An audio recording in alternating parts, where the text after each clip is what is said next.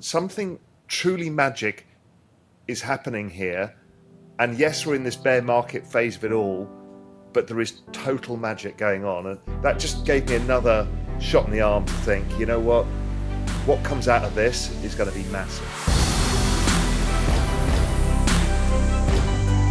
Welcome to Bankless, where we explore the frontier of internet money and internet finance. This is how to get started, how to get better, and how to front run the opportunity. This is Ryan Sean Adams. I'm here with David Hoffman, and we're here to help you become more bankless.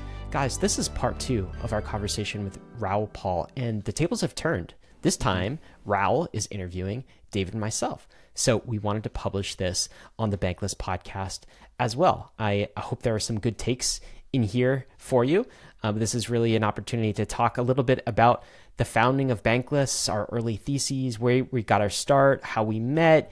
We're not usually interviewed, and I don't think neither David or myself are in a place to kind of ask each other questions as well as a third party would ask us. So That's what you're in for today. David, do you have any reflections on this episode? Yeah, like you said, I always enjoy being on the other side of the microphone. The times that you and I both have been on the other side of the microphone are very few and far between, and nothing of this caliber of like Raoul Pal. I'm pretty sure the Bankless Nation will thoroughly enjoy us being interviewed rather than doing the interviewing. So yeah, like Ryan said, like the early days of Bankless or genesis of Bankless, like maybe you came into Bankless during 2021 or later and missed mine and Ryan's trajectory up to the genesis of Bankless and then also the early years of Bankless. Like this will probably provide you a lot of context and probably illustrate how we got to be the way that we are and why we say the things that we say. So I think this episode is going to be pretty fun for a lot of people. It was also an episode, very, very rare episode, where we were recording in person, literally sitting beside each other. So there's that dynamic. Never would have thought possible. I know. Can you believe it? So guys, that's the episode today with Raoul Pal talking to, I guess, David. You and I are guests today. Yeah, we're the guests. Enjoy this one. But first, a moment to tell you about the fantastic sponsors that made this possible, including our #1 recommended crypto exchange and tool for going bankless, KRAKEN. KRAKEN Pro has easily become the best crypto trading platform in the industry. The place I use to check the charts and the crypto prices, even when I'm not looking to place a trade. On KRAKEN Pro, you'll have access to advanced charting tools, real-time market data, and lightning-fast trade execution, all inside their spiffy new modular interface. KRAKEN's new customizable modular layout lets you tailor your trading experience to suit your needs. Pick and choose your favorite modules and place them anywhere you want in your screen. With KRAKEN Pro, you have that power. Whether you are a seasoned pro or just starting out, join thousands of traders who trust KRAKEN Pro for their crypto trading needs. Visit pro.kraken.com to get started today. Enter MANTLE, an entire ecosystem dedicated to the adoption of decentralized, token-governed technologies. MANTLE, formerly known as BitDAO, is the first DAO-led Web3 ecosystem, all built on top of MANTLE's first core product, the MANTLE Network, a brand new, high-performance Ethereum Layer 2, built differently from the other Layer 2s that you may be familiar with. MANTLE asked the question, how would you build a Layer 2 if you had the technology of 2023? MANTLE Network is a modular Layer 2, built using the OP stack, but uses EigenLayer's data availability solution instead of the expensive Ethereum Layer 1. Not only does this reduce MANTLE Network's gas fees by 80% compared to other Layer 2s, but it also reduces gas fee volatility, providing a more stable foundation for MANTLE's applications. The MANTLE Treasury is one of the biggest DAO-owned treasuries in DeFi, which is seeding an ecosystem of projects from all around the Web3 space for MANTLE. MANTLE already has sub-communities from around Web3 onboarded to help the growth of MANTLE, like Game7 for Web3 gaming, or EduDAO for in the world of DeSci, and Bybit for TVL and liquidity and on-ramps. So if you want to build on the MANTLE network, MANTLE is offering a grants program that provides milestone-based funding to promising projects that help expand, secure, and decentralize MANTLE. If you want to get started working with the first DAO-led Layer 2 ecosystem, check out MANTLE at mantle.xyz and follow them on Twitter at 0xmantle. Are you planning to launch a token? Is your token already live? And are you granting your employees and contractors vesting token awards? And are you trying to figure out how to take care of taxable events for your team? TOKU makes implementing a global token incentive award simple. With TOKU, you will get unmatched legal and tax support to grant and administer your global team's tokens. TOKU will help you navigate across the lifecycle of your token, from easy-to-use pre-launch token grant award templates to managing post-cliff taxable events with payroll. For legal, finance, and HR teams, it's a huge complex task to have to comply with labor laws, payroll and tax obligations, tax reporting, and crypto regulations in every country that you employ someone. It's difficult, time-consuming, manual, and costly, and it's drawing more attention from global regulators and governments. TOKU makes it simple for leading companies in the space, Protocol Labs, Hedera, Gitcoin, and many more. So if you want some help navigating the complex world of token compliance, go to toku.com/bankless or click the link in the description below. So, double trouble today. David and Ryan, great to see you. It's good to be on this side of the table, and that should be a bit of fun. Not only are we infrequently on the other side of the microphone, but we are even more infrequently actually together in person. So this is unique. Yeah, this is just happenstance. And David, you just put on your Wells Bankless t-shirt. I noticed. I see there. Yeah, we Nice. got the Bankless America as well. Fantastic. So, as ever, I always like to start with people's journey into the space, because everybody comes in different ways. There's a different hook that brings you on, and then your understanding grows from there. So, I don't know, David, do we want to start with you? Yeah. I got hooked. I'm a class of 2017 crypto graduate. So came in, bought the top of 2017, as one does. Net worth went to zero in 2018 and again in 2019. But I was immediately compelled by What were you doing beforehand? How did you get into this? my first job out of school was in social work. After that, I was trying to figure out my way into the world of health sciences. The through line between that and crypto was that I was in search of trying to find the way to improve people's lives in the biggest bang for your buck. So like, how do you do the smallest things that produce the largest net outcomes in people's just well-being? My major was psychology with a focus on positive psychology. And the TLDR of that is just like, hey, psychology as an academic study is all about improving sick people to be normal. But what if you apply psychological principles to normal people to just make them feel stronger, more self-actualized, just better? And so in pursuit of that, I was like, okay, that's great. But in order to make people feel more psychologically sound, you need to also improve their fitness, right? Like you can't be psychologically sound without like exercise. And then once you do those two things, you might as well round it all out with nutrition. And so there's just a bunch of low hanging fruit to make the average individual feel a lot better. So on my search for how to find a private practice role in that, I discover Ethereum because of 2017, and my mind gets opened up to the world of money and finance as an economic substrate for all humans. And so like understanding like how do we improve everyone's lives very simply and very easily? Well, money and finance goes down to the root of all things. So like very far from psychology, but the through line of just like how do we improve the most people's lives in the easiest, most systemic way possible. As soon as I kind of, had the aha moment of like money and finance is at the root of all things, and Ethereum is a new platform for producing that, I was just immediately compelled, and there was no going back. I think David is one of the only people I've ever heard who came through to crypto through route of psychology and nutrition. Actually, My wife's a behavioral psychologist. Really? She just thinks my NFTs are just ridiculous. But does she understand them? No, and I've tried. She's just like, this is ridiculous. There's no psychological thesis behind why humans collect these sorts of digital There is, objects. but she just doesn't want to accept it. That's not her deal. There's too much of that science brain. And she's like, no, this is stupid. Yeah, I mean, and full credit to David too. I think one of the things that I've observed, because I've got to see him since 2017, we probably started working together more in 2019 and then beyond to start Bankless. But this guy has taught himself everything, and he's gotten up to speed, just so quickly. And to not like know, I don't know, how much did you know about finance? Zero. Coming to crypto. Zero. Like, how much did you Zero know about business money? classes. A lot of my friends in college took business, went through business school. Yeah. This is the antithesis of what you were doing, right? It's like the money was root of all evil when you go through kind of sociology, psychology. It's like I wore a CCCP shirt in middle school for sure. Oh God. But this, I don't know if you've observed this, Raoul, but sometimes the most tradfi, deepest economists, people who have gone to graduate school and pursue their PhD, they miss this crypto thing for some reason. It's because I think they learn bad habits. Right. And so you almost have to enter crypto as a child, A blank slate. Yeah. right? And kind of go back to the basics of let's build out from base principles what this money thing actually is, and then work from there. And that's what I've observed David doing in this space. I was going to mention when we were speaking to yesterday, but I've now on my screen got the bell curve of the mid-twit. And I was speaking to Meltem about this, that we both realized that is the single most important thing, is never be in the middle. And that's why most of these guys, like you saw Taleb yesterday on CNBC, right? He's squarely being the mid-twit.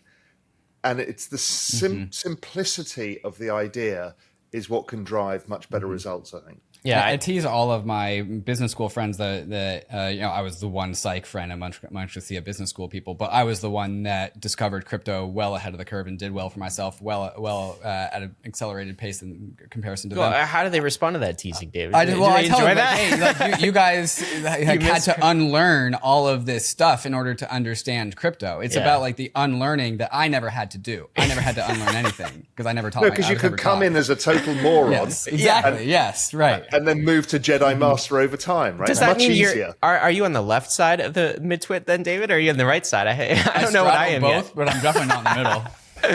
That's all right, as long as you're not in the middle. So, Ryan, what's your story? How did you get into all of this? Not by way of nutrition, not by way of psychology. I actually did the business school kind of thing, right? And so somehow I unlearned the lessons of Keynesian economics and everything they kind of teach you in business school. But I would say I kind of came at this through the, technophile, startup entrepreneurship kind of thing. I remember sold a healthcare tech company in 2014, and the co-founder, the guy I was working with, said something to me in passing. He's like, "Have you heard about Bitcoin? Because I have set up a bunch of Bitcoin mining machines in my garage," and this was 2014, right?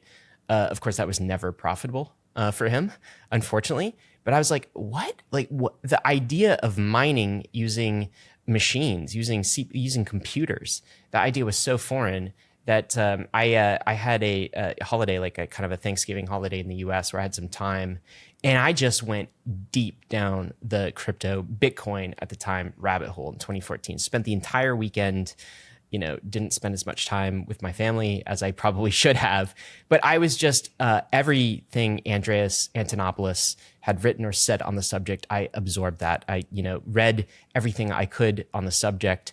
And by Monday, at the end of that weekend, I was ready literally to kind of quit my job. He was a crypto person. I opened up 5 exchange accounts, had no idea what I was doing. And these were some shady exchanges at the time, let me tell you. And I was just, starting to invest. I wanted to go all in. After that, I almost think of that as a sort of a manic type of weekend for me. Because after that, I kind of woke up and, on Monday, and I was like, okay, back to work, back to what I am doing. And the idea, crypto kind of left me until Ethereum really entered 2016. And now there's the idea, if Bitcoin was money over IP, which was so incredibly important, money over the internet, digital money as a bearer instrument, that idea is so powerful. Now the ability to program it, this ability of smart contracts to actually build didn't use this phrase at the time, but a bankless money system, that totally gripped me and totally captured me. And this was in 2016, 2017, still had no idea what I was doing in the space. And actually, I wanted to start a crypto fund. So, your assets appreciate a little bit, and you rode Bitcoin up, you rode Ether up from some lows, and you're like, I'm an investor now. I can do this. I am brilliant. So let me manage other people's money. Did you ever put blockchain expert on your LinkedIn? No, I'm not that cringe, David. All right, I kind of cringe, but so I didn't do that because I went down the path in 2017, and I realized one, there was so much I still needed to learn. Like, I didn't have an underlying thesis of where value would accrue in this space. And so I had no business managing someone else's money. Like absolutely none. And I'm pleased you realized that. I think a lot of people didn't in 2017 because that was the time of like crypto hedge funds and everyone was kind of launching one.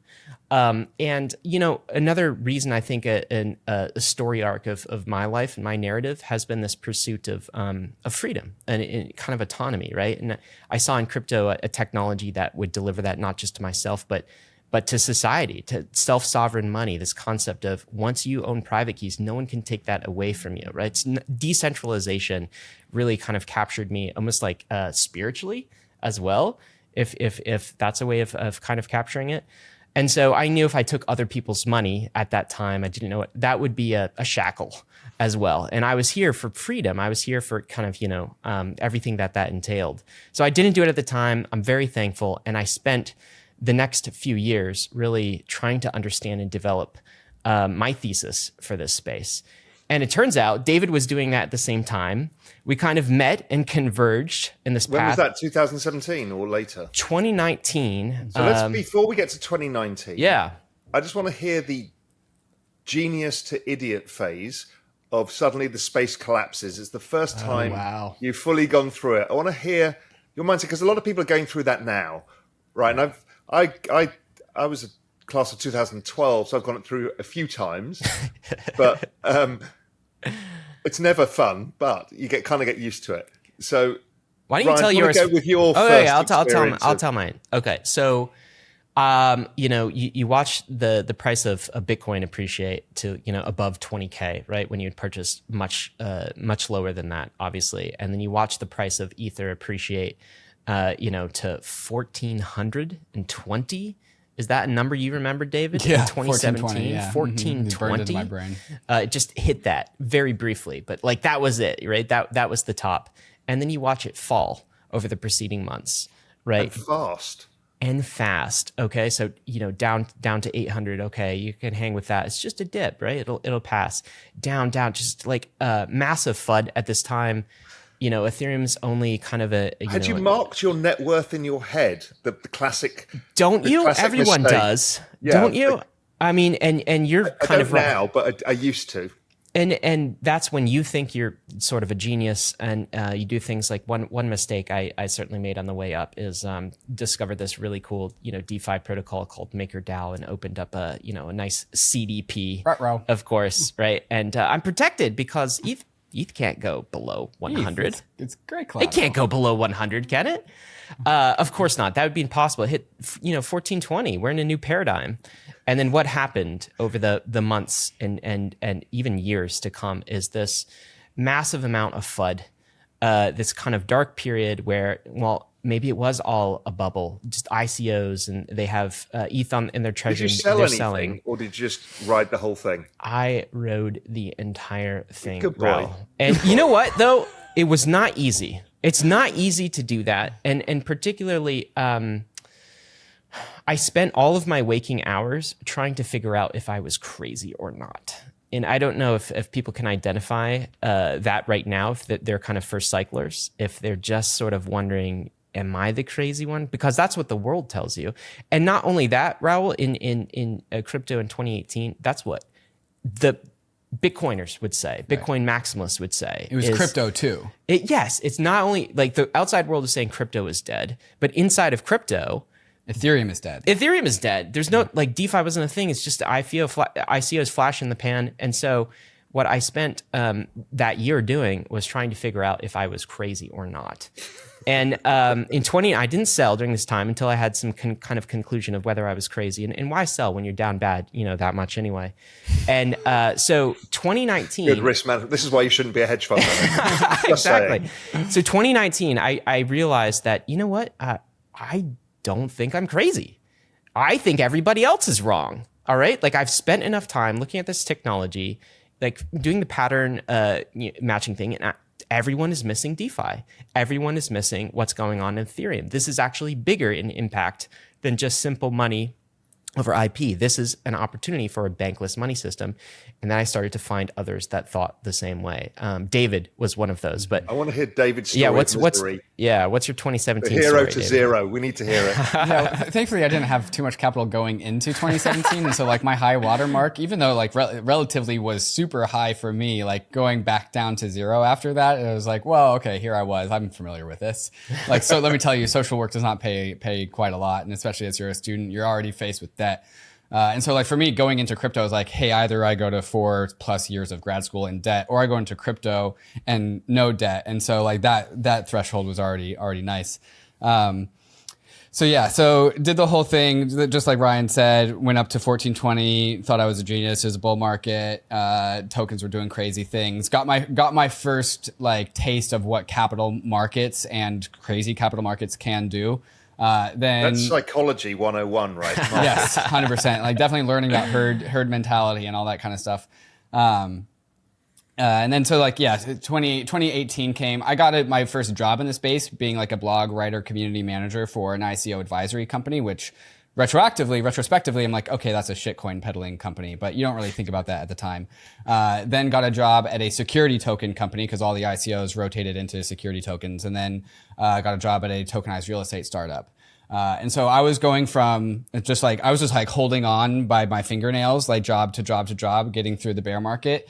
And meanwhile, I learned that I can speak pretty well. And so I started my first podcast, POV Crypto, with a Bitcoiner co-host. And so I was the Ethereum, had a Bitcoiner co-host. And we were kind of like this bear market darling podcast. I think that's probably where Ryan heard I about loved me. it. Yeah. I listened to this every time you guys publish an episode. I would listen to this. Yeah. And I'd be cheering you on, David. Honestly, yeah, it's like It was funny because like all the Bitcoiners that listened to it because of my co-host were like, man, I really like POV Crypto, but your host, David, is an complete idiot. moron. And then all my friends would tell me the same thing. It's like, man, I really like POV Crypto, but your Bitcoiner co-host is an idiot. Yeah. And so we were like, yeah, like this is my college friend. We like each other. It's great. So that's where I learned. That's when we learned to like be open and share ideas. And so even though we were like fiercely debating with each other, we were friends. And so it was with love, and it was also like honest and integral, and like trying to get down to the basement of things. And so that was my foundation. And so like while trying to hold my grip on to actually having a job throughout the bear market, I was also doing the whole side gig because like my first job, the company blew up and I was laid off. And so I was like, okay, I never, like with Ryan's freedom things, like I never want to have that be outside of my control ever again. I want to work for myself. No one's ever going to lay me off ever again. And so I started to make a podcast just like that's mine, and like learn how to make a podcast into a business. And so that was like my bear market like endeavor. Can I ask you a question though, David? So a lot of people left during that time. I stayed just to figure out if I was crazy or not. Why did you stay? My conviction about crypto just did not waver in the slightest. Like it wasn't even a question to me. It's just like I didn't get why people didn't get it. And I was the annoying one of my friends. It was like, guys, like this is real. And they were like, we're going to the baseball game. Like, whatever. What do you think you saw that they didn't? Like, what was it? I don't know. I grew up with a computer in my room, so I was always like tinkering with computer stuff and internet things. And so I understood that like that was more familiar to me. I also got in via mining myself. So I was mining Ethereum in my father's bathroom. How many rigs did you have? I had 4 rigs. Why in the bathroom, GPUs. dude? You know, electricity, water, not the best of mixes. I was well aware. Sticking with the moron theme right now. Right. It worked out. Like the rigs actually are still gathering dust. I turned them off years ago, but I still have them. Why did I have such conviction? Yeah. There's just some things like from first principles things of like scarcity on the internet. Like why wouldn't you have conviction about that? Like Bitcoin never broke. Ethereum never broke. The things, maybe people lost faith in them, but the systems worked. Yeah. And I was like, ICOs are still great. Right. Yeah, they're still a thing. I don't know. It's like people say like, why did you have conviction throughout the 2018 to 2020 bear market? Like, I don't know. Why didn't you have conviction? Like, why'd you leave? Yeah, why'd you leave? Price is not, people have to learn, and you guys obviously learned it, was that price is not an indicator of the overall value of the network over time. Right. It's just where it is that day, you know, and that's psychology and that's network activity and other stuff. But overall, you know, you just look at, I've always just looked at the lows and realized they're always higher. I mean, Yes. I think And if that's the value of the network, therefore the network is more valuable each time you go through a cycle. I mean, that's all you need to know, really. Yeah. For me, I think there's definitely a very strong personal element as to like why I stuck around. I was learning to write, and in my opinion, I was learning to write very well. As like, not only was I writing what I thought was like pretty on point theses, but I was also going back and editing the piece so that I knew people would effing read it, right? And so I would write a 3,000 word long piece, and I would trim it down to 2,000 words, and then I would trim it down to 1,500 words, and then I would read it. It's like, man, this is a really good piece of article. So it was for me, it was like a part of like creativity and expression. Yeah, and that kept me going because I was tuning my own brain at the same time. So like, not only is like, we can talk about all the fundamentals of crypto and why it's here to stay and like why I had conviction, but also I learned personally to like self-actualize and improve myself and become a better person because of what I had to do to get through the bear market without losing my sanity. you developed Which a is talent. kind of what Ryan was doing with trying to figure out, is he insane or not? Right. It's the same thing. It's that, and it's at that moment that you really make the breakthroughs. It's that, it's in the dark days and you're like, you know what? I've done my 1,000 hours and I'm building on that. Right. And I'm more sure than ever. It's that moment is a really magic moment in this whole crypto space. And once you get that, you know you're never going to leave. It is. And you know what gave me the most confidence? And I think the reason I concluded, a big part of the reason I concluded I wasn't crazy during that time was I was spending the 1,000 hours actually using these protocols and using these tools. And I was looking around me at all of the critics and all of the naysayers, all of the people saying crypto was dead, and realizing that they had never opened a collateralized debt position in MakerDAO and seen in a few clicks what you can do without any trusted intermediary. I was refinancing my house at the time, and the amount of documentation I had to sign to get a collateralized loan, and I was able to do this on chain in Maker using ETH as my collateral, and in a few clicks, as clunky as that interface was, make it happen, get a collateralized loan. That to me was magic. 2019, Uniswap coming aboard. The ability to swap assets without a centralized intermediary, that was all new. And so it was putting in the work to actually use these protocols, and it showed me how hollow the critics' arguments were, because they weren't actually doing this stuff. They weren't spending the time using the protocols, even kind of the notable VCs. This is why I don't know what you believe about like the efficient market hypothesis and this idea that everything is always priced in. I'm like, that's complete dog shit. Like that is not my experience of the world. Like, I think the rewards go to the people who stick around and research and put in the hours and put in the work. And so like one message I would say is you're never going to make it through this bear market if you're lazy, right? Like you have to put in the work to actually use the tools and develop your thinking based on first principles, not relying on a YouTuber or TikToker or someone on Twitter to tell you what to think. And that is the meta skill I think all good investors eventually learn. It's something that I certainly learned during the last bear market. Tell me the story of Bankless, because you guys you really do produce some of the best quality content out there. It's very thoughtful. Tell me the story. How the hell did you two get together? Well, I saw in 2019, this guy writing all sorts of fantastic articles that I started reading. One of them, a notable piece, was on MakerDAO and sort of explaining how that works to the layman. And I think, David, you and I started a DM conversation at the time. And I had started a newsletter called Bankless in 2019. And the idea of this newsletter was very simple. It's to expose more people to DeFi tools and to help the world go bankless. We can all go on the bankless journey. And it starts by getting more of your net worth out of banked money systems, fiat in your bank account, your Wells Fargo account, and more into crypto systems. And to the point where you stop using banks, right? And I can say over time, I have a much larger percent of my net worth that's bankless. Over time, that has happened to me, and more of my transactions are on chain than are in kind of the bank money system. And so it's a journey. Anyway, I wanted to build a community and provide an information resource for people who are going on the journey. on the Bankless journey. And so met David and I was like, I have to work with this guy. He's a fantastic writer. I want this person to write for Bankless, because it was very hard at the time to publish, 3 to 5 articles per week, just myself solo, and keep up with the space as well. And so I needed some help with that. And that's where we started. He was just kind of a contract writer on Bankless.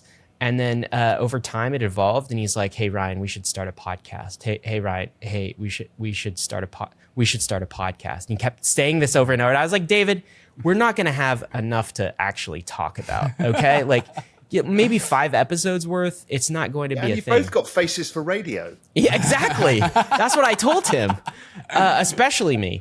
But he, I don't know how you did it, man. But like, It took me a while to convince Ryan that a podcast was a good idea. yeah, I had been a podcast consumer, but didn't think that I at be a least had the producer, skills to produce. And then we just hit record one day. Somehow you convinced me. We hit record, and that was episode 1, I think, in March 2020. Right? Was it before or right after COVID hit? Episode number 2 was the day of the COVID dump. There you go. And so that's where we started. And then we just kind of grew it from there. And of course, this over the last couple of days is only the second time Dave and I have met in person. This is true.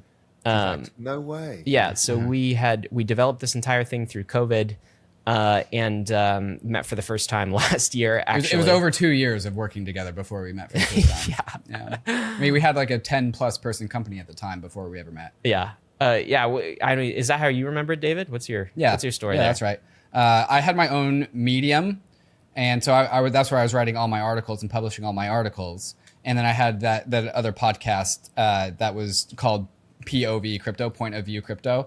And so I had never really meaningfully considered about like branding and business. Like, yes, POV Crypto was a sex joke, even though it was about like Was it? Yeah. I'm just like, learning this. What the hell? It was like Point of View Crypto, Point of View Ethereum, Wow. and also Bitcoin, but also haha sex. Never really like put on the like, hey, let's be professional and turn this into a business and scale this out and like lean into a brand. I was like writing on my Medium just because I wanted people to read my stuff.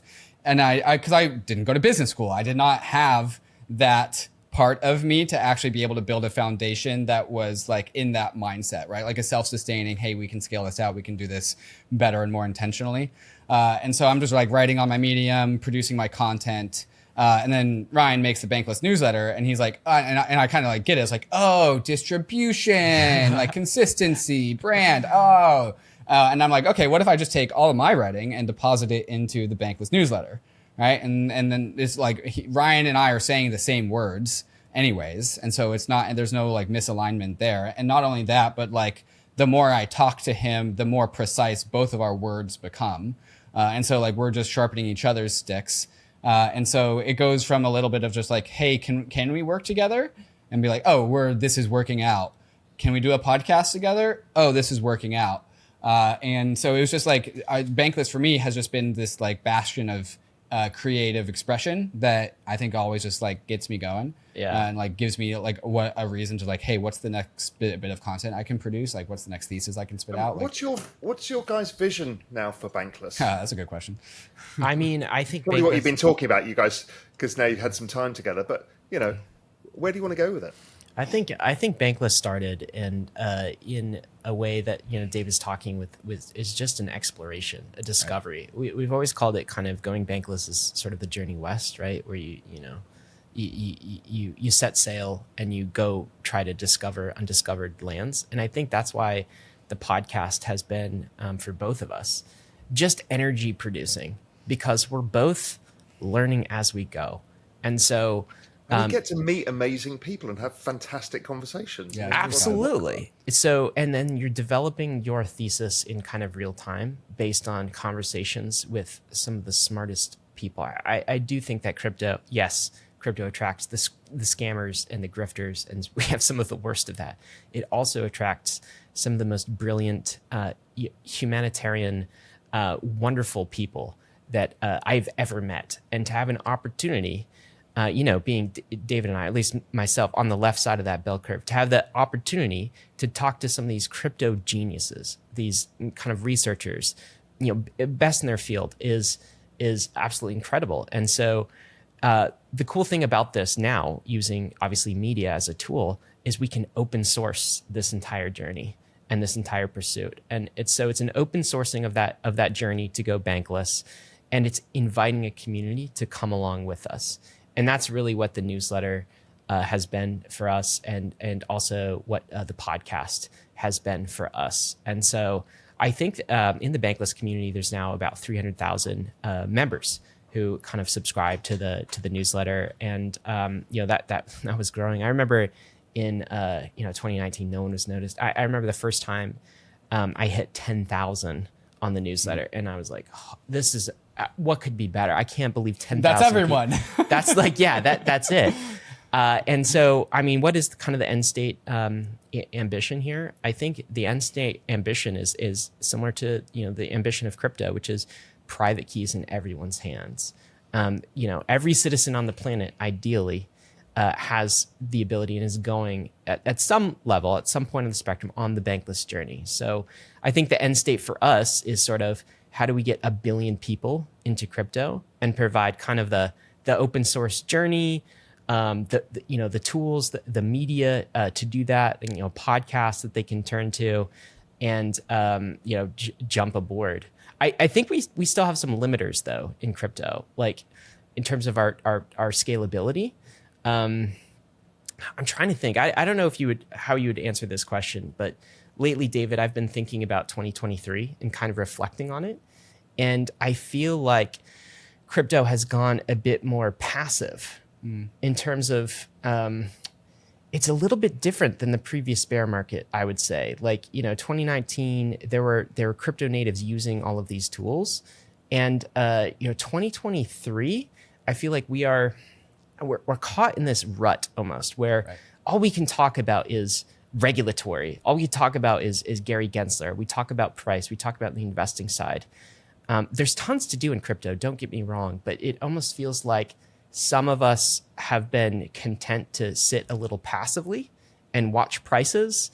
And I'm just hungry for more on-chain stuff to happen. And I do feel like the community has to build the apps in order to get us to the next level, so that we can, continue the journey and get to 100 million, 500 million, 1 billion people. We really have to earn that. And we're in this place where we haven't quite earned it in 2023. MetaMask has something new. Introducing MetaMask Portfolio. MetaMask Portfolio is the best way to view your crypto portfolio from a holistic level. See everything across all the chains all at once. In your portfolio, MetaMask will report the aggregate value of all the assets in your MetaMask wallets, and even the other wallets you import too. But MetaMask Portfolio isn't just a passive portfolio viewer. It is a place to do all of the money verbs that make DeFi so powerful. You can buy, swap, bridge, and stake your crypto assets. So not only is MetaMask the easiest place to see your wallets in aggregate, but it's also a powerful battle station for all of your DeFi moves. So go check out your MetaMask portfolio, because it's waiting for you to open it up. Check it out at portfolio.metamask.io.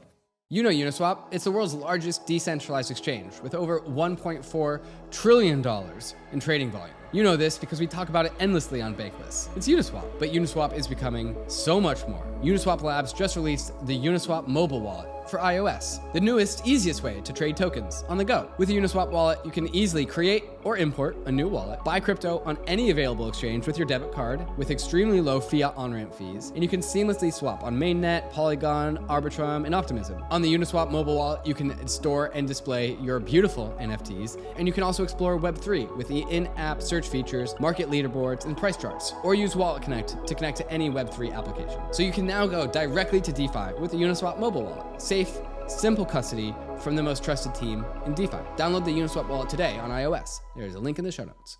ARBITRUM 1 is pioneering the world of secure Ethereum scalability and is continuing to accelerate the Web3 landscape. Hundreds of projects have already deployed on ARBITRUM 1, producing flourishing DeFi and NFT ecosystems. With the recent addition of ARBITRUM Nova, gaming and social dApps like Reddit are also now calling ARBITRUM home. Both ARBITRUM 1 and Nova leverage the security and decentralization of Ethereum and provide a builder experience that's intuitive, familiar, and fully EVM compatible. On ARBITRUM, both builders and users will experience faster transaction speeds with significantly lower gas fees. With ARBITRUM's recent migration to ARBITRUM Nitro, it's also now 10 times faster than before. Visit arbitrum.io, where you can join the community, dive into the developer docs, bridge your assets, and start building your first dApp. With ARBITRUM, experience Web3 development the way it was meant to be: secure, fast, cheap, and friction-free. One of the things that I've noticed with you guys is your journey has gone from DeFi as like, here's the killer app, to a broader understanding of Web3. Yeah. Which is the applications layer of a lot of this. What was your Web3 journey? Why did you suddenly start to see the bigger picture? I mean, there's ownership of crypto dick butts in this now. And David sporting a Solana NFT, and you've clearly got something. I mean, I've been down this route for a while, but there was a magic moment for me. I was at Ian Rogers' house in Paris, and I was having dinner, and next to me was like artists, musicians, technologists, finance people, just this eclectic group of brilliant, talented people. And I'm like, this does not happen in your lifetime. Yeah. Right. It really doesn't. Something truly magic is happening here. And yes, we're in this bear market phase of it all, but there is total magic going on. And that just gave me I don't know when that was, last December, it just gave me another shot in the arm to think, you know what comes out of this is going to be massive. How did you start thinking about Web3 more, well, not more than, but, as another layer to what you guys do at Bankless? Yeah. Or think about? Yeah, well, I think one of the neat things about crypto is that it seems to present some sort of like singularity about many different topics and like areas of focus, right? So we typically, there's the contrast between DeFi and NFTs, right? Like either it's DeFi or it's NFTs. But the T in NFT is token, and a token is a financial instrument, and that's DeFi. And then we have like the relationship between protocols and community. And this is where I think just like everything kind of weaves together. So to understand deeply whatever this thing is, DeFi, like NFTs, Ethereum, Web3, crypto, internet money, and internet. What words do we even use to explain this thing in totality? I don't know. I kind of like the digital nation state. I mean, that's sure. Yeah. Agreed. But I would also say that's another way to approach the knowledge, right? There's, and this is why I always say crypto has something for everyone, and there's 10,000 ways to find crypto and what you see in it. But to stop at DeFi is to only paint in like a certain corner of the picture. Maybe it's towards the center of the picture. Maybe that's up for interpretation. But I think a holistic understanding and why people really enjoy Bankless, because we try and go down every single rabbit hole that crypto presents us. And so we go down the DeFi rabbit hole, we go down the Web3 rabbit hole, we go down the NFT rabbit hole. And we also try and do our best to weave them all together to tell the grand story that is this movement that we're all like on together. And I think perhaps like one of the reasons why Bankless is what it is because I think we've done a bang up job like weaving it all together. But it's still like there's still corners and dots and data to connect. And from a content perspective, it's very, very rich, right? Like why are we able to produce 3 episodes a week at minimum? It's like, it's because there's so much data and data points out there to connect and so much knowledge to share and weave together. And so we started in DeFi just because like Ryan said, like, first off, no one in 2018 to 2020, no one believed in crypto. And then even inside of crypto, 90% of people didn't believe in Ethereum. And even inside of Ethereum, like half of Ethereum didn't even believe in DeFi. And so it was the conviction, it was the contrarian bet layered inside of a contrarian bet layered inside of a contrarian bet. And being right about that, like put many, many people on the map and Bankless specifically. But then it just grows from there. It's like, okay, now that we have this foundation of like, hey, DeFi is real, tokens are a thing, smart contracts are a thing, that just makes so many other downstream technologies also a thing, right? And that makes DAOs a thing, that makes NFTs a thing, that makes layer 2s a thing. And so everything kind of spawned out from there. And after that, it's just been like trying to capture lightning in a bottle because like there's so many conversations to be had about where this thing goes. Yeah, I mean, for me, it's sort of a few mental models that really clicked to kind of understand this and understand NFTs. And one of the mental models is the digital nation state, as you said, and a cornerstone of any nation state, digital nation, any kind of physical manifestation of a nation is this idea of rule of law and property rights. And what we have created, kind of the mental model to unlock with something like Ethereum or even a Bitcoin, is we have created a internet-based digital property rights system. And so that can be any type of property. That can be fungible property, like tokens, either could be stocks and bonds or currencies in kind of the nation state world. Those are all forms of property of the nation state, and we can have that and register those as assets on something like Ethereum. Or it could be non-fungible elements of property. And we see that, of course, in the physical world too. That your house, your apartment, a collectible that you purchase. These are also forms of property that are kind of registered via the nation state, through rule of law. And so it's all the same side of the coin. But you were mentioning that that meal you had where you saw kind of like artists and finance people and everyone kind of collectively together. Another mental model unlock for me was we did an episode with a historian. His name is Josh Rosenthal. And it's probably my favorite episode that Bankless has ever produced, just because it was so pivotal to like my crypto journey. Yeah. And he basically went through the Renaissance. And he compared where we have been to sort of the feudal system where, there was no democratization of property. It was sort of, our feudal lords we worked on their land and toiled for them. And that's sort of the present day internet. And then we unlocked a couple of things that led to the Renaissance. And these were technologies. We unlocked the printing press, Gutenberg's printing press. And so this enabled mass distribution of communication. It was a communication technology. And then we also unlocked, Medici and others, double entry bookkeeping, right? And so you have a communication technology and you have a ledger technology. And what do you get? You get the Renaissance, this splash of human creativity and science and progress. And man, the roots of everything that humanity has achieved up to now, a lot of that was rooted in the Renaissance.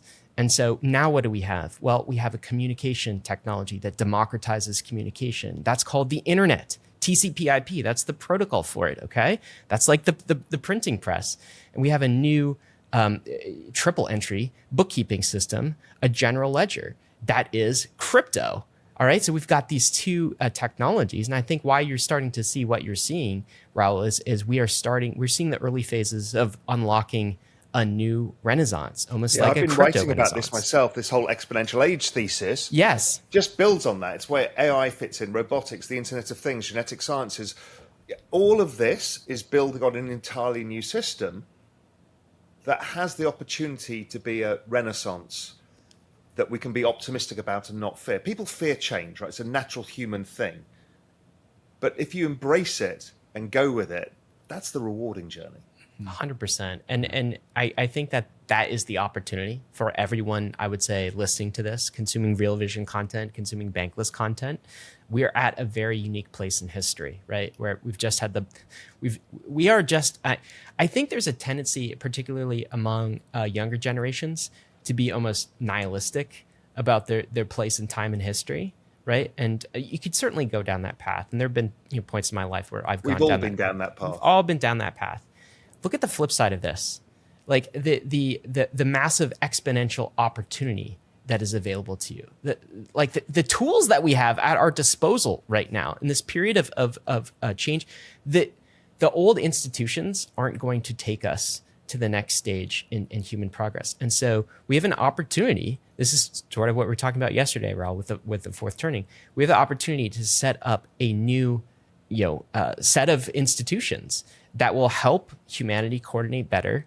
And that's kind of the 21st century technology. And what a gift to be born and to be alive at such a time and a place. Yeah. That's the flip side. To me, I know David has talked about this with his own sort of journey, but to me, that is the nihilism killer, is when you see the pie expanding opportunity. That's going to get me into another thing, is I really worry about this, the abundance mindset that many of us have. And then there's the tribalism. Yeah. and it is. I mean, I left the Bitcoin ecosystem, yes, because ETH was outperforming, as an investment guy, but because I fucking hated the ecosystem. Right? You weren't treated well. If you want to join a digital nation state and they don't treat you well as citizens, you want to leave. Mm-hmm. And I think we're starting to see that, but the tribalism is still immense in the space. Mm. And something has to change there if we're trying to onboard 1 billion people. It can't be a group of people throwing poo at each other. Let me ask you, do you think, because there have been those that argued that the tribalism is actually a feature, not a bug? Yeah, I get that, but you don't have to be nasty about it. You can protect your own and be somebody who wants their ecosystem to succeed, even above others. Mm-hmm. But it doesn't have to be a pie mentality. It can be an abundance mentality. If we all do this together, we all succeed. I just don't get it. My interpretation on this, we use this line at Bankless a lot. It's like we're speed running the history of money and finance. And so like the compression of time in crypto, if you want to extrapolate it out and layer it on actual human history, like Bitcoin invented in 2009, that's like us discovering gold on the internet. It's like Bitcoin's great. It is primitive. And so it makes sense that Bitcoin looks and feels, and if you like, which I do, accept Nick Carter's interpretation of this, it is a religion. It is not like a religion. It is a religion. It acts like a religion. It quacks like a religion. They have religious purity tests. And so like that is where, crypto is in the landscape of time. Like Bitcoin is the earliest discovery of Bitcoin. And so it's like you have your high priest of Bitcoin, you have the word of Bitcoin, the word of Satoshi, interpretations of the word of Satoshi. And so this is where crypto was when we discovered it in 2009, where Bitcoin is. And then we move forward in time and space and, very rapidly. And then we also move forward in technological progress of crypto. And then all of a sudden we have something more advanced that looks and feels more resonant with modern technology and modern values and modern society, which in my mind is Ethereum. Do you think though that like the religious aspect of it like is a product of stagnation more than anything else? I think it's a product of valuation. Because valuation in the space is Metcalfe's law. So it's about trying to get the most activity on your chain. I guess stagnation plays into that. When the market is stagnant, there's no new capital coming in. So you're fighting for your share of the capital. You can see it in NFT space as well, right? It's got the exact same thing is going on because there's a scarcity of capital. So people become more fanatic about attracting that capital. And they coalesce, tell themselves different stories to try and attract capital via narrative. Once the space starts growing again, it does drop a bit, but it's particularly bad in bear markets. There's always the hey, let's grow the pie conversation versus just splitting up the pie. And that's why I like to talk about Ethereum's roll-up centric roadmap in the conversation of that pie. Whereas layer 2s on Ethereum, Optimism competes with Arbitrum, competes with Polygon, competes with ZK Sync. Yet, when an application deploys on any one of those things, it's very easy to transfer and spread that value around to the other layer 2s. And so the layer 2s of Ethereum exist in this harmonious equilibrium between competition and collaboration. And so it's, hey, we can grow the pie, but we're all trying to take our larger slice, but we're still going to grow the pie. And I don't think other communities have that. Like that balance between that design philosophy, like Solana and the monolithic architecture, it is just like Solana, the layer 1, they need to capture a larger share of the pie. That is their wind condition. Same thing with Bitcoin, is like they don't have this harmonious balance tug of war between competition and collaboration that the Ethereum layer 2s have. Like Bitcoin, in the win condition for Bitcoin is that it eats the entire damn pie. And that's the same thing for almost every layer 1. Like I think Ryan agrees with me that like layer 1s are maximalists of themselves. Like they want to dominate. And so how do you as a layer 1 win? In my mind, you win by having a harmonious balance between collaboration and competition. And that's why I see layer 2s. And so like the reason why we are so tribal is that I think layer 1s themselves, if you apply agency to layer 1s, they know that they need to dominate. They need to be the biggest layer 1. Like this is a competition of empires, and layer 1s are, warring with each other. And so I do understand why we are all so tribal. It gets worse in bear markets, but I think the layer one competition kind of induces that. I think that's right. I mean, I'm working with Kevin Kelly from Delphi to try and put together a research piece on analyzing ETH as a digital network state, comparing it to traditional economies using similar metrics. So it's kind of dropping all the crypto specific stuff, looking at that, and then looking at these other economies. And look, the story of economies is also the story of competition. And it depends how you compete and how you work together. You know, that's the interoperability layer that can drive some of this too. You know, Holland is a small country. Holland benefits massively from being in the middle of Europe, having the same currency and borderless. Okay, so there's a lot that's going to apply. We've got a bit more work to do in it, but I think I want to try and reframe the conversation in the market about understanding for the next phase forwards, because I think people who are coming into the space, particularly in the institutional investment space, need a framework to understand that these are emerging markets. We've got emerging market credit systems. We've got emerging market.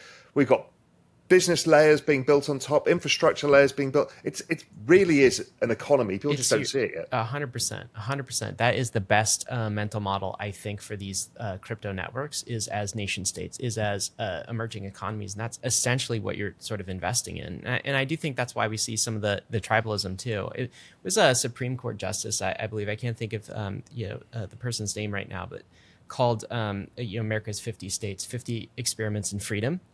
And I see at their best, that's what we're doing with all of these layer one experiments, right? And even the layer two experiments, right? Because you see now in 2023, there's a lot of tribalism between different layer two ecosystems, even in Ethereum, right? And some of that is good, though. I think it's great. If you can just delete crypto Twitter for a few months, right, or for a year, or just ignore all of the noise and the yammering, the claiming back and forth, ignore all of that, and actually see the outcome, is the alternative layer one ecosystems are making Ethereum better, and Ethereum is making them better. Okay, the layer two competition, this experimentation at kind of the state level inside of the federal nation state of Ethereum, they're all improving each other, right? They're all it is actual evolutionary progress, survival of the fittest experiment. So we get to let all of the experiments play out. So while I think tribalism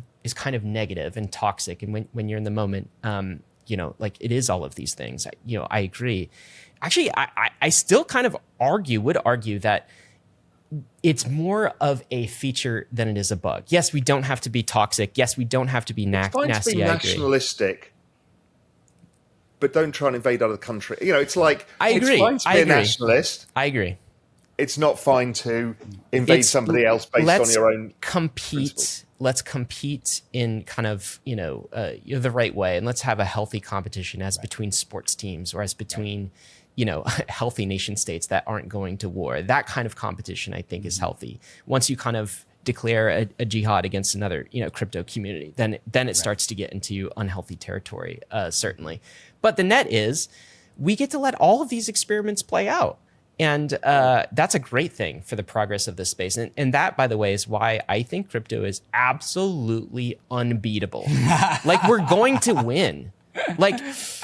This level of experimentation is not happening anywhere else. It's not happening at the nation state level. At this speed and this scale, no. Right? Nothing is like it. It's not even close. So this is why at some points you have to kind of step back and ask again that question, am I crazy, right? It's a valid question to ask. And I keep going back to with all of the experimentation, the rapid pace and the acceleration of all of these things, it's all open source.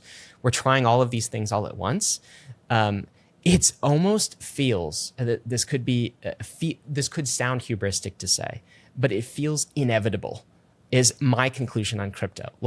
It is going to be absolutely massive. This is absolutely going to be the property rights layer of the internet. The internet, a communication network, completely needs a property rights system, and that's it. That's crypto. And so if you can kind of zoom out, when in doubt, zoom out above what's happening in 2023 in the tribal crypto battles and kind of see the big picture here. And look at, you've been here since 2012.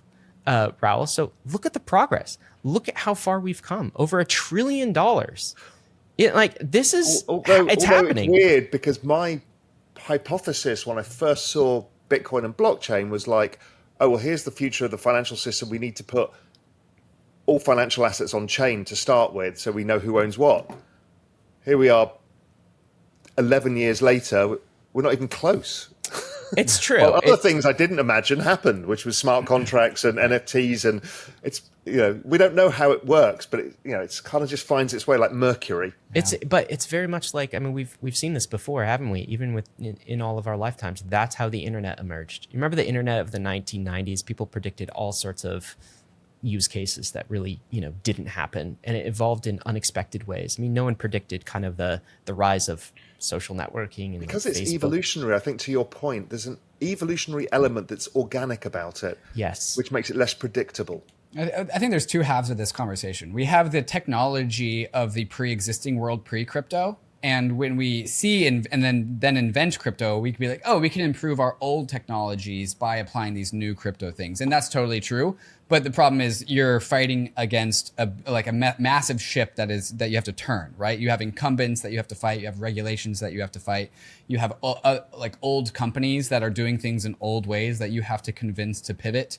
And so, eventually the whole world will be built on crypto. But in the meantime, while the whole world adapts to this new crypto paradigm, we have these new digitally native use cases that have no incumbents to fight against, like brand new startups that can capture that real estate. This is something I learned when I was at that tokenized real estate startup. It's like, tokenizing real estate is trying to get the old world to adapt to a new system, and you have to get new regulations. And houses already exist, and regulations already exist. What's going to happen faster, and what ultimately did happen faster, is JPEGs, right? Like Uniswap, like digital Aave, things. digital figure. things. There's a fertile landscape out there, and it's going to be 100 times easier to build digitally native things that have zero competition. Yep.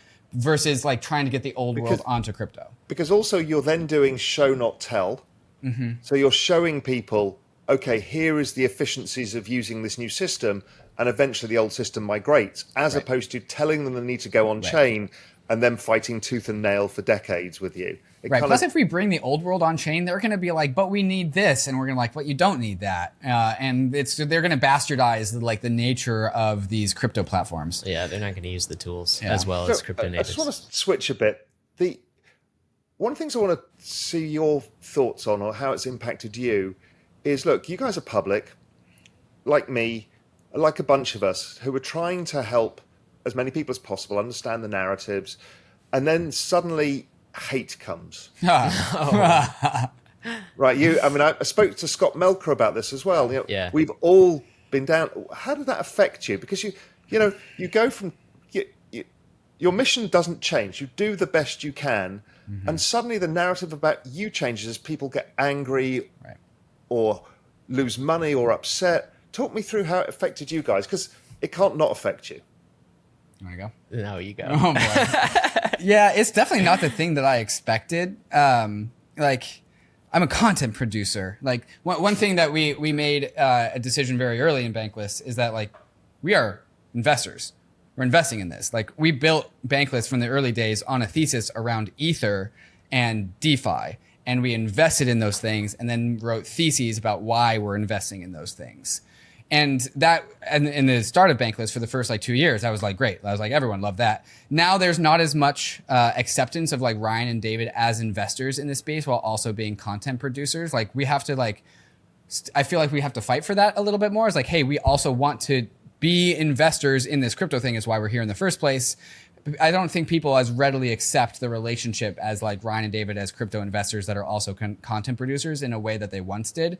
The OGs understand it because they've seen our track record through and through and through. The newer comers into the crypto space are oh, Ryan and David they're biased. They have investments, which it's totally true, but it never used to be so critical or toxic or mean before. And so that's something that I'm trying to figure out how to navigate. Does it affect you at a personal level?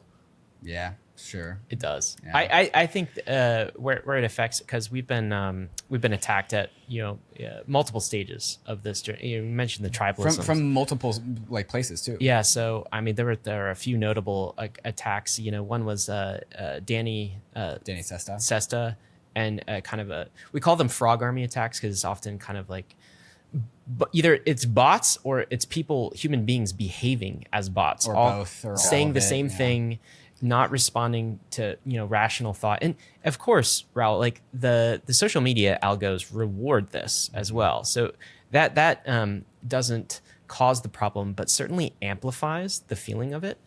And so we had a frog army attack, Danny Sesta and that entire ecosystem.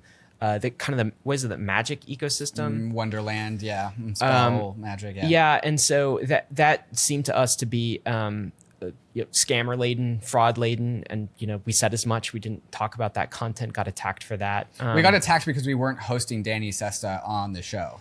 Yeah, I've been through that as well. Yeah. We got attacked at one point in time by the Terra Luna community, and I think we actually presented a very fair take on Terra Luna, which is basically, is this a ticking time bomb? Let's do the bear case and the bull case for this. And even posing the question, even asking that at that point in time in the market, subjected us to a massive amount of attack. By the way, at 1 month after we got attacked by Danny Sesta's frogs, like a month later, it was exposed that 0x Sifu was the old Quadringa X co-founder. And so then that whole ecosystem crumbled. And then 1 month later, after we had the Terra a ticking time bomb episode, Terra blew up. I've learned, I try and step back from the anger and think about the motivation. But now the market's a little bit different. Yes. I think 2023 is different. But my feeling on 2023 is the crypto community is in a mood. Yeah. And they're in a mood that's been caused by, on the back of 2022, which is a whole bunch of public figures that they trusted, that segments of the community trusted. Alex Mashinsky, SBF, Suzu, 3 Hours Capital, even the GBTC, that whole kind of empire, even putting money in Gemini, right? Like all of these things betraying trust, and so we are now white blood selling, attacking everything. And the reality is, the time to launch these attacks and for the white blood cells to come attack kind of the invaders and the bacteria and the viruses was actually 2021 and 2022. Yeah. Right now in 2023, predominantly there's a bunch of good faith actors that are still here, that are still building during the bear market. There's always kind of the oddball people that are not doing that, but and yet it's an autoimmune disorder, because still the immune system is kind of now attacking some of the good faith actors, and that's what I see. But honestly, Raoul, it does get me down, particularly when the attacks are coming from the in-tribe kind of group, right? And they're coming from inside the house, and you're like, wow, but it just goes with the territory. And I think getting off of social media for a period of time and zooming out and looking at this, has been helpful for me personally. I mean, I've had the other line of attack, which is interesting, from the old school. They're like, you're a macro guy, why are you doing crypto? I'm like, I've been doing crypto longer than most people, and it's all part of macro. And then it's like the market goes down and it's like, you're a scammer, you've ruined people's lives. I'm like, no, I've always explained my thesis, how long-term, it's people just want to find reasons to try and unsettle you for various reasons. And usually it's their own insecurity that's driving it. Yeah. So the reason the Terra Luna community was so angry with you guys is because they were feeling insecure, right? Generally, it's a lack of security, or the feeling of security, that creates that behavior. That's why I try and step back to do and try and think, why are they being like that? Yeah. I mean, I never do that. It's just not part of my personality. But I guess I'm less insecure about certain things. Yeah, I'd probably do it with my wife if she threatens me about something that she knows is that particular point that's going to upset me. Your NFT collection. Yeah, exactly. NFT collection. There we go. Yeah, I do think the insecurity angle is the right one. That's also like the laser-eyed Bitcoin maxis, the ones that are really loud and tribal. They get insecure because there's things about Bitcoin that are worth talking about, and they just want to brush that under the rug. And you get that about every single loud tribes on crypto. I've just learned those are loud and insecure are like almost the same thing. Yeah. Yeah. So finishing off, you guys have started another chapter as well, which is the VC fund. Mm-hmm. Talk to me about that, because that's super interesting. Yeah, so over the course of, I would say the last 3 years, as David mentioned, we've always been crypto investors on the journey. And so we've obviously, backed that up with investments in some of the publicly traded tokens, let's call them, in kind of the open markets. We've also been angel investing over this time too. And so unfortunately, because of accredited investor laws and all sorts of other reasons, there are projects that don't have anything that retail can kind of invest into. And so that they're kind of in the pre-token, pre-public type phase. And so over the last 3 years or so, I think David and I have been involved in 70 or something different investments. Again, this is crypto infrastructure, building the future. And so what we decided to do is essentially parlay all of this into more of a structured VC fund. It was becoming unwieldy to manage. David and myself, and you have spreadsheets of kind of your investments and tracking all of this. So we decided to formalize this and spin this up into Bankless Ventures, is what we're calling it. And so we brought on a partner who's absolutely fantastic. His name is Ben Lakoff, and he has helped organize all of the activity. We've recruited a team. And so we are staying on kind of the frontier of what crypto is building and some of these early stage seed level crypto projects. And that allows us to do that. So I think we've already invested in or getting ready to invest in 4 to 5 different things. And, we just finished a $30 million fundraise, which was difficult-ish to do in this type not of great 2023. timing, although it's brilliant timing to launch a VC.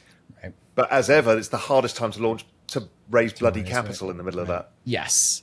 So it's just complementary with everything we've been doing as investors in the crypto journey, trying to build tools to help people go bankless. It is a crypto fund, VC fund, so it's got a 10-year time horizon. So again, one of the ethics that we've always observed at Bankless is long-term games with long-term people. So this isn't a type of a fund that receives tokens and then dumps them on the community. We have very long-term time horizon. So it's just complementary with everything that we've been doing in the space up to date, and keeps us sharp from a content and thesis perspective too, because we get to see what's happening in the very early stages.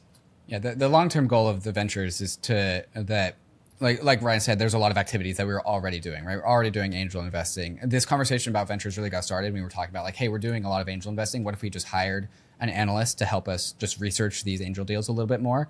And then we're like, that's more than half of a VC firm that we already have. We've got the deal flow. We're writing the checks. If we hire an analyst, we might as well just do this thing outright.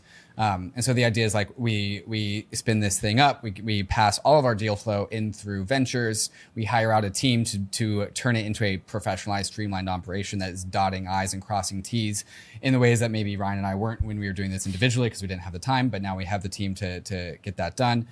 My long-term idea for what Ventures does is that actually, hopefully, informs the podcast about these frontiers that we are exploring. Mm-hmm. So the idea is the podcast and the newsletter and Bankless Media grows the network that Bankless Ventures can latch onto and get deal flow from, just because that's our network, right? Monetizing it's the a network. 360-degree kind of flywheel that you can build from this. Yes.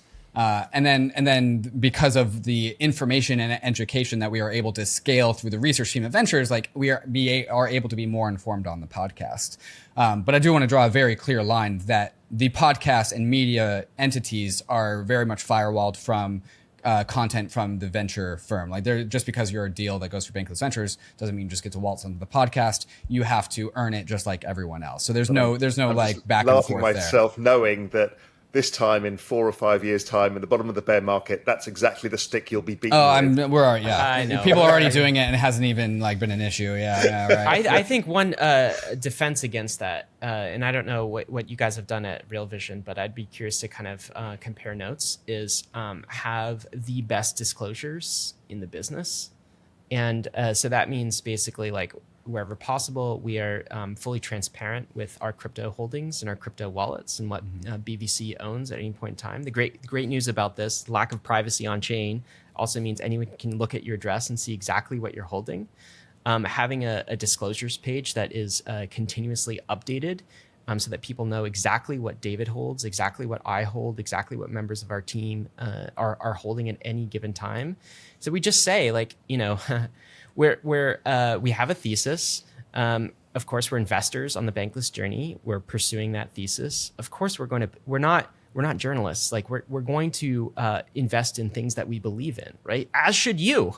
Like, that's our encouragement, is be an investor in this space. That's how to kind of maximize the opportunity. And so as long as we have some of the best disclosures in the business, I think that is the ultimate kind of shield. And we can always direct people to there. It's all fully transparent. You can see it at any point in time. You know exactly what we're holding, and then we disclaim them, you know, as we go through the content. Yeah, well, I just tell people, as you know, I just tell, because I don't trade a lot. I don't do special situations. I'm not involved in stuff. So I just tell people, oh, this is my rough weighting, and this is what I'm doing, and this is what I own, and that's it. I think it's pretty normal for people to be like skeptical at front. It's like, oh, the biggest podcast in this space is doing a VC fund. Like, what's going on with that? So like the gut reaction, I think, is totally justifiable. But we're going to do the same thing that we did with Bankless, which is like, nothing's going to change. We're gonna be here. The podcast won't change, and we will earn the legitimacy once again. And also, you will find a way over time, because I know you believe in it, to allow regular people to invest in this kind of opportunity, right? Yes. That's what we're working on at Real Vision as well. Even for the asset management firm, which is separate to Real Vision, everything is all the same thing, and it's this democratization of finance, and that's what we're trying to get to. Guys, listen, it was fantastic to have you on. Really enjoyed the conversation. It was good to turn the tables and hear your stories, because I think, you know, your stories, because you're so much the other side of the camera, they're as important. You know, you play an important part in this ecosystem, and just to hear that, I think is fabulous. So thank you for sharing your time with us. Thanks, Raoul. Thanks, Raoul. It's been fun.